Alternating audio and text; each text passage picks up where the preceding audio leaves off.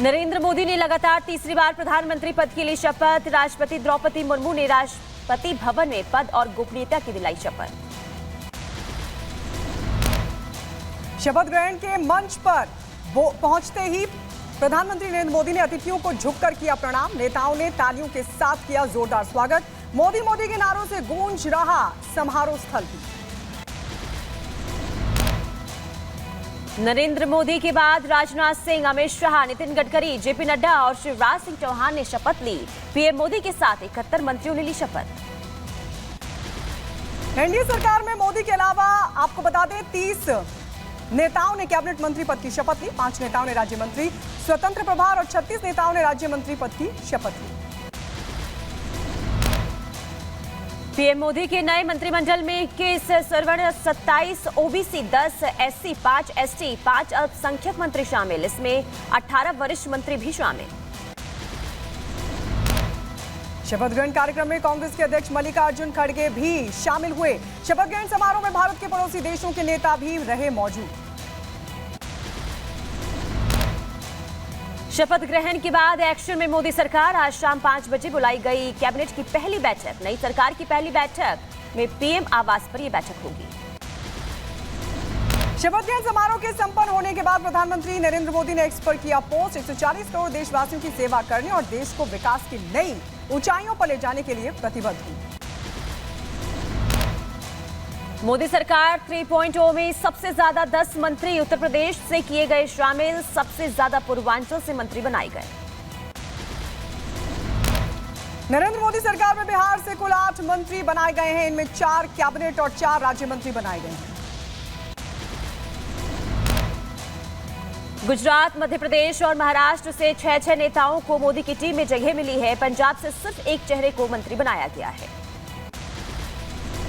नरेंद्र मोदी सरकार 3.0 का शपथ ग्रहण होने के बाद अब सबकी निगाहें पोर्टफोलियो बंटवारे पर टिकी हुई हैं। एनडीए को 30 सांसद देने वाले बिहार को कुछ अहम मंत्रालय मिलने की उम्मीद है। शपथ ग्रहण समारोह के बाद मध्य प्रदेश के सीएम मोहन यादव ने रिपब्लिक भारत से की बात। कहा, आज इतिहास लिखा गया, पूरा देश गदगद है। मंत्री पद की शपथ लेने के बाद चिराग पासवान ने कहा कि प्रधानमंत्री जी की सोच को धरातल पर उतारने के लिए पूरी ताकत से हम सब प्रयासरत हैं।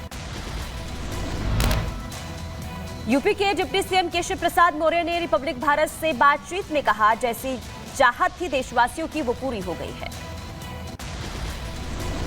मोदी कैबिनेट में अजीत पवार की एनसीपी नहीं होगी शामिल। आपको बता दें, अजीत पवार बोले कैबिनेट से कम मंजूर नहीं। मोदी कैबिनेट में एनसीपी के शामिल नहीं होने पर महाराष्ट्र के डिप्टी सीएम देवेंद्र फडणवीस ने कहा, हम एनसीपी को राज्य मंत्री का स्वतंत्र प्रभार देने के लिए तैयार थे। अनुराग ठाकुर को मोदी 3.0 कैबिनेट में नहीं मिली जगह। अनुराग ठाकुर ने कहा कि बीजेपी कार्यकर्ता के रूप में करता रहूंगा काम।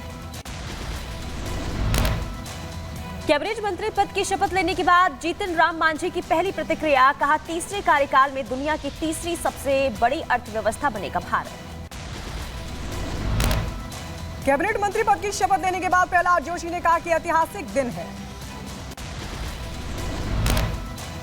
मध्य प्रदेश के पूर्व सीएम शिवराज सिंह चौहान को मोदी कैबिनेट में मिली जगह। शपथ लेने के बाद पीएम मोदी की जमकर की तारीफ।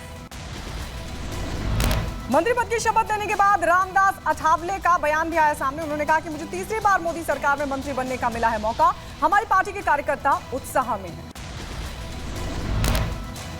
एनडीए की सरकार बनने पर टीडीपी प्रमुख चंद्रबाबू नायडू ने जताई खुशी। कहा, ये एक शानदार शुरुआत है।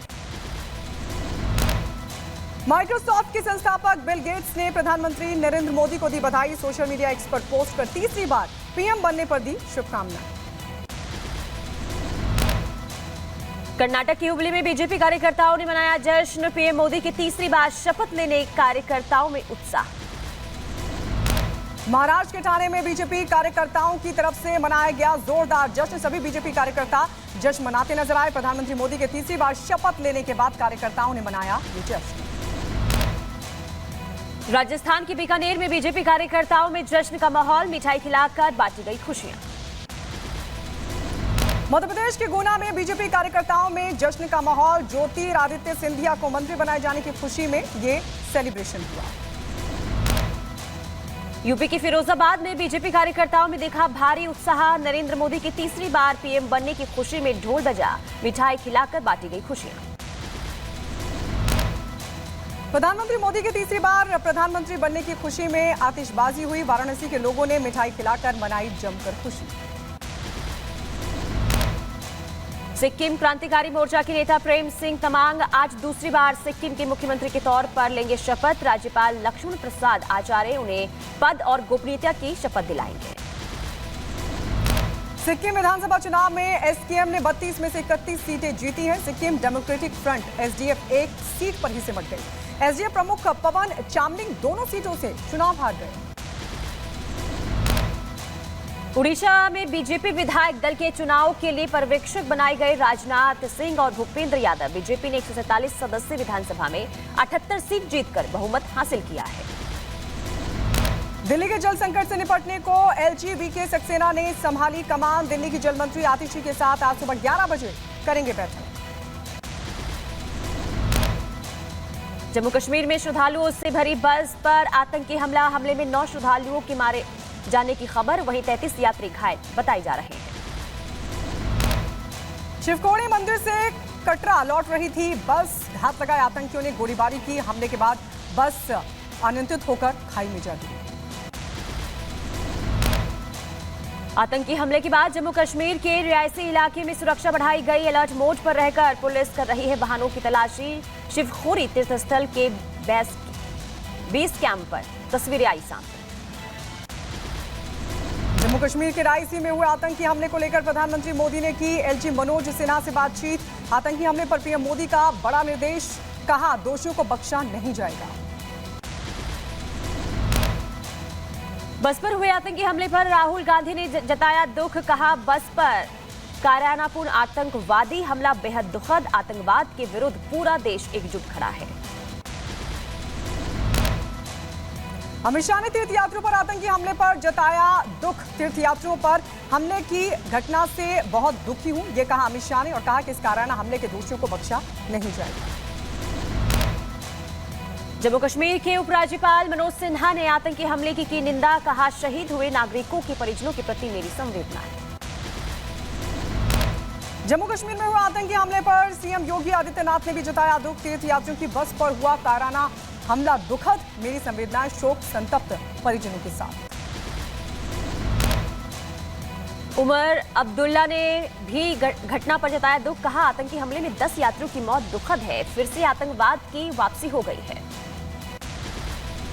राष्ट्रपति द्रौपदी मुर्मू ने हादसे पर जताया दुख। पीड़ित परिवारों के लिए जताई अपनी संवेदना। यूपी के झांसी में दबंगों ने युवक को जमकर पीटा। शराब के लिए पैसे नहीं देने पर की पिटाई। सोशल मीडिया पर पिटाई का वीडियो हो रहा है वायरल। उत्तर प्रदेश के शाजापुर में पुलिस ने 33 अभियुक्तों को किया गिरफ्तार। एसपी के निर्देश पर की गई ये कार्रवाई। यूपी के मुजफ्फरनगर में पुलिस और बदमाशों के बीच मुठभेड़। 25,000 का इनामी बदमाश गिरफ्तार। उत्तर प्रदेश के बुलंदशहर में मध्य प्रदेश की फॉरेस्ट टीम ने मारा छापा। विदेश